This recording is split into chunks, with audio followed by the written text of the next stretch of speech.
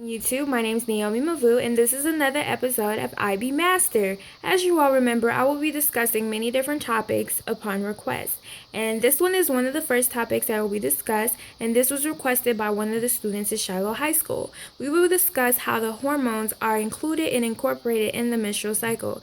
As we all know, hormones are part of an endocrine system, and the purpose of our endocrine system is to make sure that our body has the right amounts and has the right temperatures, the right amounts of everything that we need in order for our body to carry out its purposes and its different processes. So today I will explain how hormones are included in the menstrual cycle and incorporated and how they work. So for the menstrual cycle, first FSH, which is a hormone, comes in after there's a long period of menstruation. So after you've already had your period and your endometrium has shed, FSH comes in.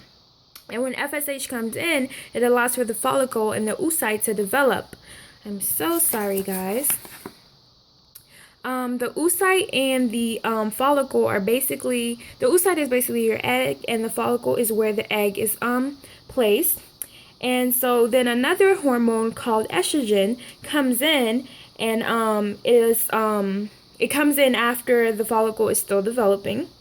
And after that, estrogen begins to repair the endometrium. And the endometrium is basically the lining of the uterus or the lining of the fallopian tube where the follicle is located and where the oocyte begins to develop.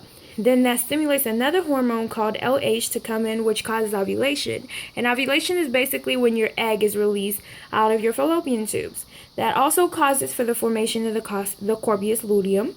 After ovulation, there's another hormone that comes in called progesterone.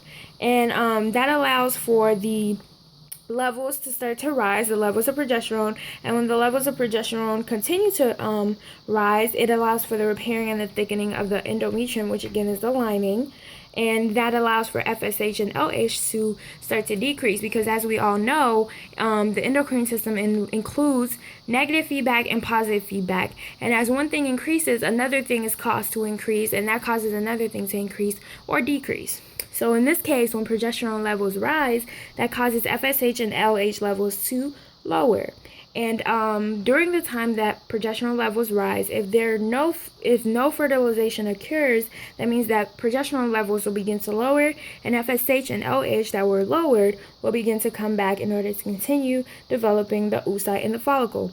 Again, the hormones that we listed that are part of the menstrual cycle are FSH, estrogen, LH, and progesterone.